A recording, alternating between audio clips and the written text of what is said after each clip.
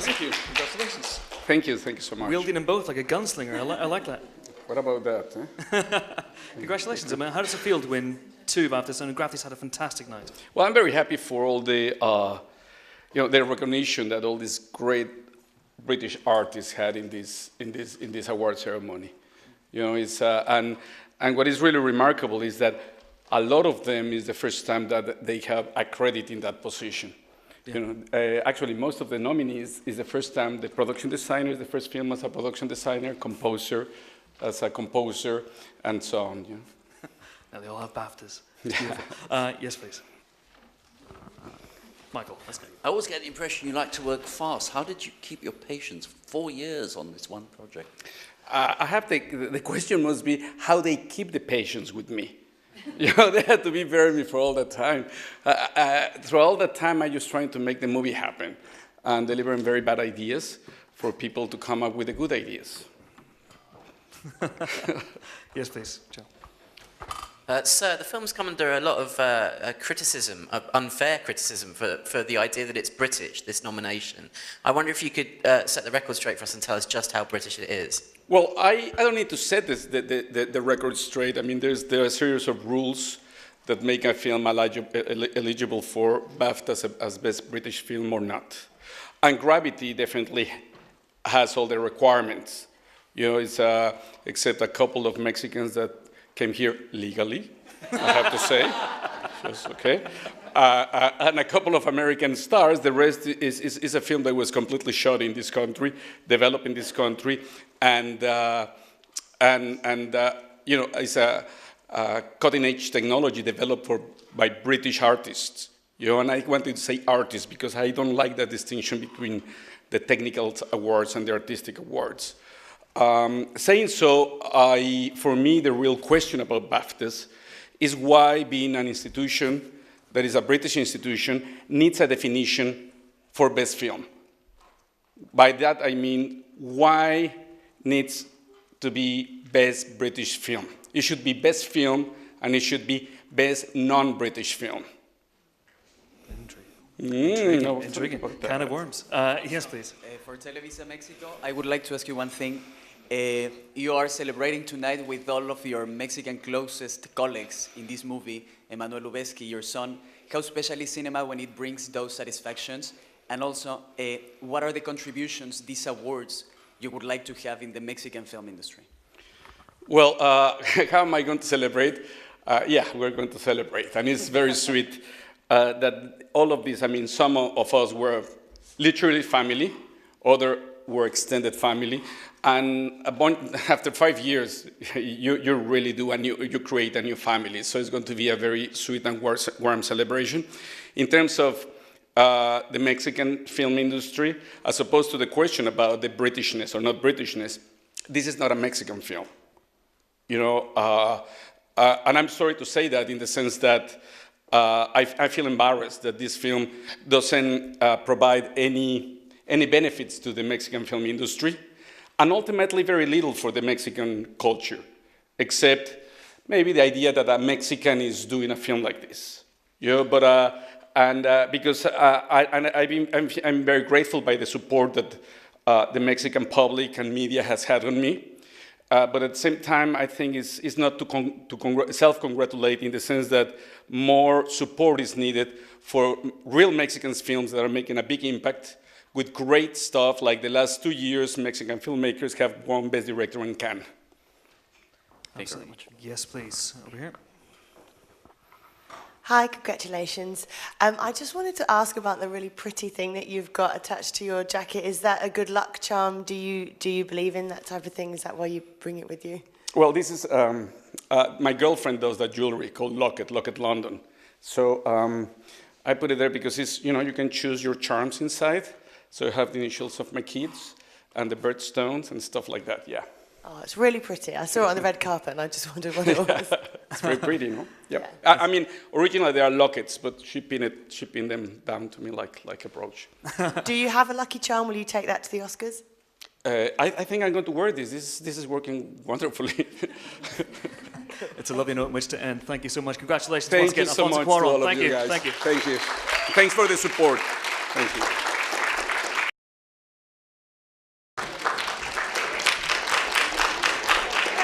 Congratulations. How are you? Thank you. Congratulations. Oh, thank you very much. Congratulations. Congratulations. And one last congratulations. Thank you very much indeed. Hello all. So, because we don't have a lot of time, so I'm going to throw out questions immediately from the floor. So, yes, please, right here in the front row. Thank you. Steve, very emotional for you personally. How important is it for you to win a BAFTA and be recognised in your home country? It's very important. I mean, the way the public here, not just here in the United States and the world, have supported the film, just by going to see the picture, it means a hell of a lot. And to have this in my hand, being a kid who watched this on TV here, living in there, Ealing Studios as I go past it when I went to school, it means a hell of a lot. Yes, please. Michael. Question for Mr. Pitt. Were you worried Gravity was winning everything and you thought we're getting very close? Which one, Mike? No, I mean, of course. Brad, if you could step sorry, right. I have done this before. We're just so proud of the film, be a part of Solomon Northup's story, and we know what the film means and what the film means to us and me as a personal experience and what it may mean to others in 10 years, 20 years. It's also our friends out there, and you know, this is an excuse for us to all get together and kind of say job well done and fuck you if you won, but we love you. And it is what it is. It's any given Sunday, really. But we're very proud of our work here. It means a lot to us because of the people we got to work with, the actors we got to work with, our keys, our crew, the folks in New Orleans, and it's a wonderful validation for all of that. But most of all, you know, it's a story that says we're all the same, and that freedom and our dignity is everything, and that's what we must fight for. So we're very proud. Thank you. Yes, please, Joe. Steve, I wonder if I could ask about the light bulb moment of kind of finding Solomon's story. I understand that your partner found the book originally, so I wonder if you could tell me about that and Okay, it was another question you might have heard 1,000 times. You asked me another question. It's eating up time here. No, I had an original idea about a free African American who was kidnapped in slavery, was struggling with it, and she told me, let's look into historical accounts of slavery. We both did our research, and she found this book called 12 Years a Slave. As soon as I had that book in my hand, it was a revelation. Every turn of the page was a revelation. And it's one of those things where it was a treasure. We found it, and now we're allowed, as filmmakers, to put it back in its rightful spot. And now everyone in the world knows who Solomon Northup is. So I'm very, very proud of that. What is she reading now? Do you keep a special interest now? I have no idea. Okay. Yes, please, right here in the third row. Second row. Can't count. Thank you. A question for you, Mr. Pitt. You've done some amazing work in film, both on screen and off screen. But when you come to something like this, because you're so well known and because of your looks, everyone's, I think, probably talking about what you're wearing or who you're with and what you're talking about, rather than maybe perhaps focusing on the work you've done. Is that ever frustrating, perhaps, or do you not mind that? Fuck it. Yes, please. Right here in the, in the second row. Sorry about that. Youngin in the back. Just very quickly, Steve, also, Chiwetel really kind of carried this film. How pleased are you that he's picked up a BAFTA as well? I'm so happy that he's been recognized in this way. I mean, he was the person who, as I said before, his humanity carried this movie. And he was the only person I think who could have done this, and it was an astonishing performance. And he's the reason why this film has translated to not just myself, but every individual in the cinema, in the audience. They are Solomon Northup because of Chiwetel Ejiofor's work. I think I just want to bring Anthony, Didi, and Jeremy in this as well. I mean, what was it about this story that persuaded you, and Steve, I guess, as well, that persuaded you to back this story, this vision? Please. The topic of people being treated as property is pretty horrific one these days, still today. It's a shame that we've had to go back to the 1800s to take a look at this and examine it, but I'm just glad that this film is allowing us to look at that horrible topic, and hopefully we can do something about it in today. 2014, people are still being treated as property, and I don't think that's very right. Indeed. Any more questions? Yes, please, over here. Thank you. Steve and Brad, 2 weeks to go before the Oscars. What do you think are your thoughts going to be over the next fortnight?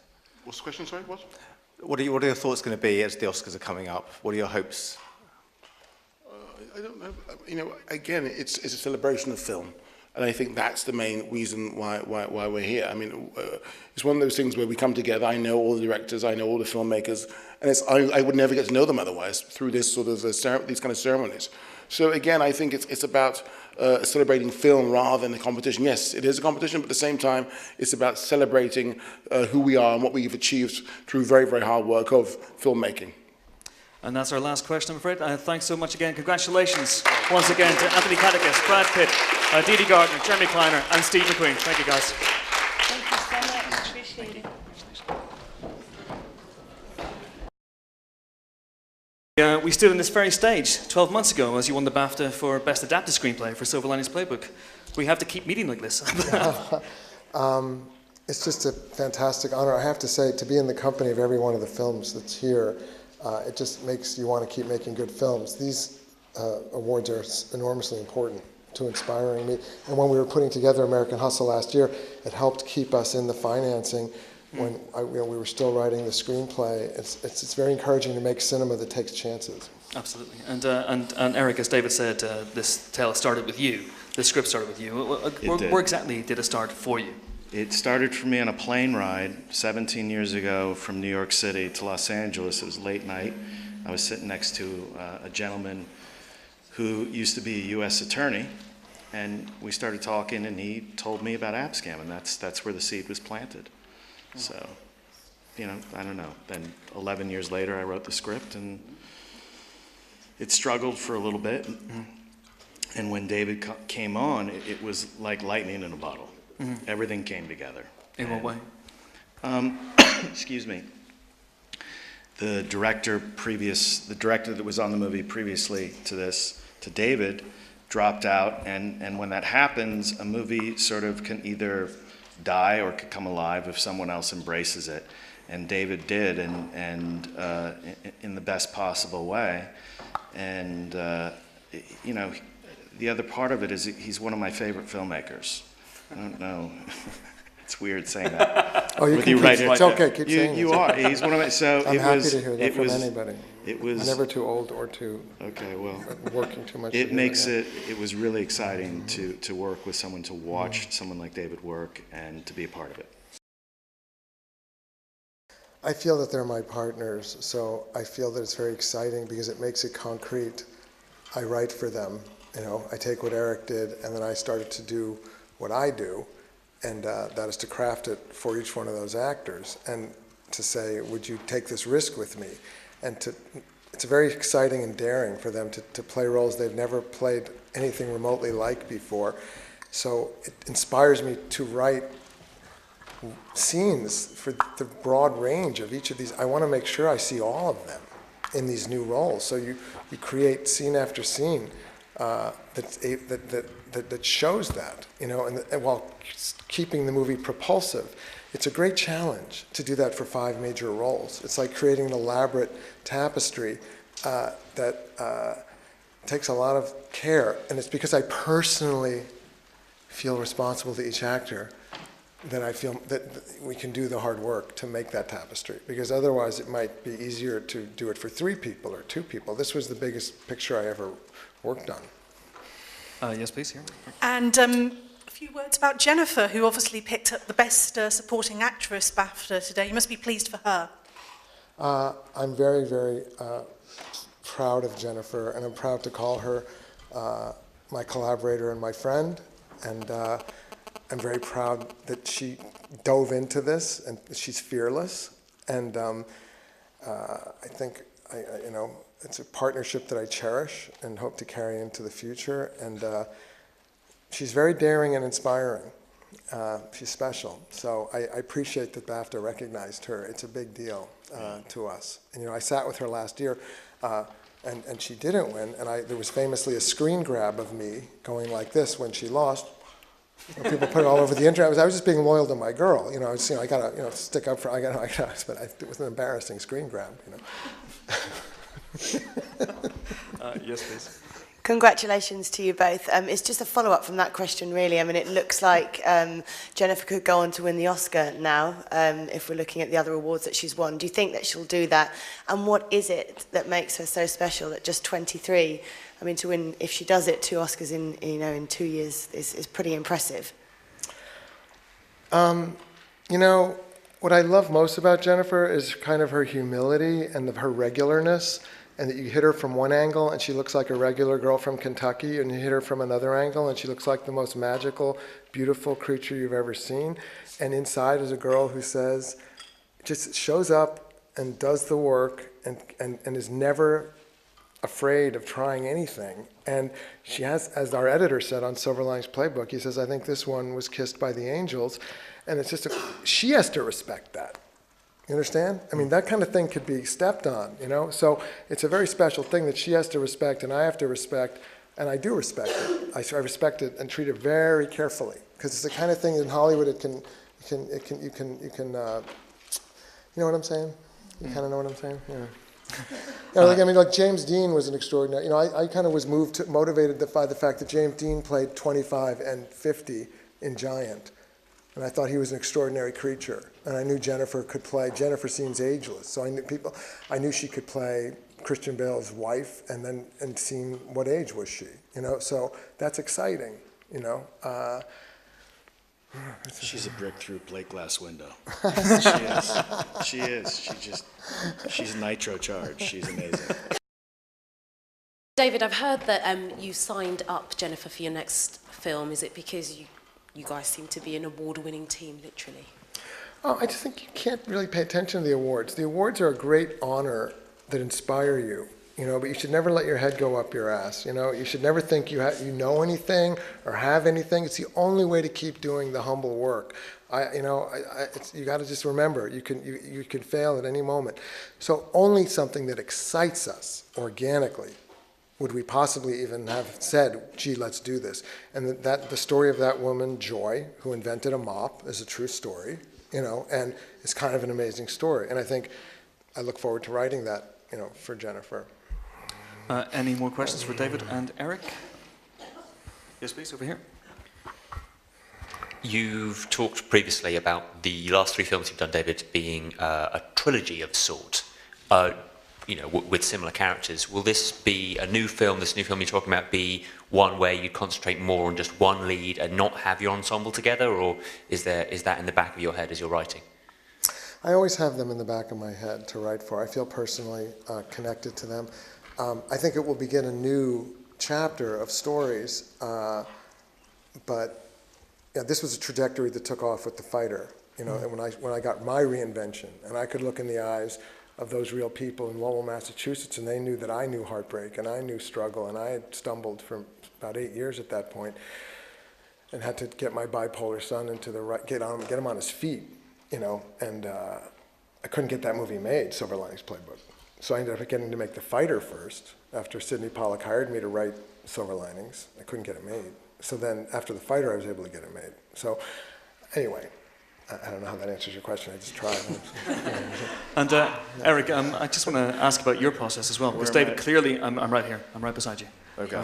I've always been here. There you go. He's always David, there whenever you need him. yeah, I'm always behind you. It's kind of creepy. But David writes obviously with this incredible ensemble of actors in mind. Do you write with anyone in mind when you're? I don't. Okay. I try not to. I try to just sort of let the characters themselves speak to me, and however it comes out, it comes out. So. I mean, we share a love for locality, local people. That's what we share. That's what we had. We both had a great love for that. So, you know, he tells me the microwave detail, which is a true detail that he wrote about. I go, well, that really happened. And he gives him a gift. I mean, that's what really happened, that he gave him a gift of friendship. Yeah. I said, what a beautiful moment. And those guys really did love each other. And even the FBI loved that guy, the mayor. The mayor was actually a good guy. And the first thing I watched on YouTube was a video that his grandson had made about him. And I said, well, what a sweet man. You know, he was not, you could tell he wasn't just a straight up criminal in any way. And then it leads to larger metaphors in the hands, you know, when you're writing for Jennifer Lawrence. It becomes a metaphor that takes the nutrition out of food. It's a metaphor for empty deals. It's a metaphor for a volatile wife, you know, who defies you and puts metal in it, and it becomes a wonderful cinematic thing. You know, that's a blessing. Fantastic. And thanks so much for your questions. Thank And you, congratulations guys. once again. Eric Thank you Warsinger, for David Russell. everything. Thank you. Thank you. How does it feel to win a BAFTA? I am very full of emotion because for me it's a very important award, and then it was many years that Italian cinema didn't win this award, so I think it's very important for us, for our cinema. Yes, so I am very excited about that. Excellent. Do you have a place in your house for this BAFTA? Is it going to go anywhere? Yeah, I have a place where I put all the awards without order. All. Oh, really? Yeah. It must be creaking under the weight. There must be a lot of awards on that. Yeah, is it going to they're collapse? all together. Okay. Any questions for Paolo? Yes, please, Joe. I was interested by what you just said about it being important for Italian cinema. I wonder how much of a community Italian film feels, and what the state of it is, do you think? Yeah, just a moment, because I don't speak English. Can you say? Sorry. You could probably say it in Italian, Joe, couldn't you? I can't, I'm afraid. You said it was very important for Italian film. Yeah. I wonder how much of a community Italian cinema is. How much of a unit you all are as directors? No, probably this, I think that we are not very tied, but probably one award like this can contribute to tie more the people of the cinema, yeah, in my country. Yes, I hope. Thank you. Guys, I mean, congratulations on the BAFTA. This must be like the icing on the cake, because Frozen has turned into a phenomenon. Can you believe just how successful this movie has become? No, absolutely not. No, I mean, we really just try to make a movie that, people will laugh and cry and just have a, good time with, but it's been phenomenal. Even, we have a sing-along now. I don't know if it's here, but it's in the States. It is here. Yeah, it's here. And it's incredible to go. I don't even think people really need the words underneath it, because we keep hearing from people that the kids are playing it in their house over and over. And sorry. Yeah, we apologize. So have you both been to a sing-along yet? Have you? We did go. Yes. The Yeah. best thing was that they knew the lines too, which, screenwriters never get to see that, so I'll take it. It was a sing and read along. Yeah, So. I'll take it. Any questions for Chris and Jennifer? Yes, please, right at the very, very back there. Wow. Please keep your hand up so we can get the microphone to you. Thank you. How does winning a BAFTA change your attitude to work? Wow, I think it just makes us feel like we have to keep working harder and harder, because I don't know how to top this feeling, and I think the crew expects us to push even harder next time. So Yeah, the crew wants us to go back to work right away, but we'd like a vacation first. So. That might be nice. Any other questions? Yes, please, here in the front row. Once again, thank you. Hi. Presumably this is like a 3 or 4 year project. Do you watch all the other ones? They suddenly go, Ice Age 3, and you go, no. Luckily, they keep us way too busy. We're in the story room like 10 hours a day until we're in the animation room, until we're in, working with the It's been like, I actors, pitched this about 5 years ago. So, yeah, we were on these for a long time. It's like graduating college, or probably more, I don't know, what is it? Anyway, it's a long time. What attracted you to it? I love the Snow Queen character, and I loved the environment. And I thought Disney had never done a whole feature that took place in the ice and the snow, and I knew we could do something, really special with that. And for me, it was really that we were doing 2 very strong female heroines, and we hadn't done that before, and I was really excited to be part of that. This film's very interesting. It has such a strong Broadway musical background, not just in your cast, but also in the Lopez's. I mean, you talk about bringing those people on board, and that I guess that sort of Broadway style as well. Well, we were looking to go edgier than Book of Mormon, so we thought we'd start with Bobby. Yeah. No, I mean it was always thought of as a musical. We always wanted to do that, and Bobby and Kristen came on later, and like Jen was saying, we saw Book of Mormon, we saw Avenue Q, which Bobby had done, and it's just something fresh and something different that he could add and Kristen could add to the Disney canon. Yeah, we wanted to celebrate sort of the classic Disney film, but rediscover what that meant for 2013. So. There's a question over here in the 4th row. Thank you. Hi, Frozen's going to be turned into a Broadway musical as well. Are you involved in that? We're in very early stages, though. We just are still opening the movie. We still have yet to open in Japan, and we've been joyously traveling here. Yes. So I think we'll get down busy sometime Right. in the late spring and start working on it. And are you working on anything together now, or? We're going to stay together, I think. Yeah, huh? and I think we're a good team. So he says in public. I don't know. He might dump me No, we later. never really but fought. We never fought. Maybe right here. No, we would love to. We will go back into development probably in the summertime and start thinking up some new ideas. So. Fantastic. Well, One more go ahead. question here, guys. One more question. Sorry, I didn't see that. 2013 was the year for animation films with your film Despicable Me 2. Do you think it's a game changer now? What's the future for animation? And do you think you can win the Oscar? That's a lot.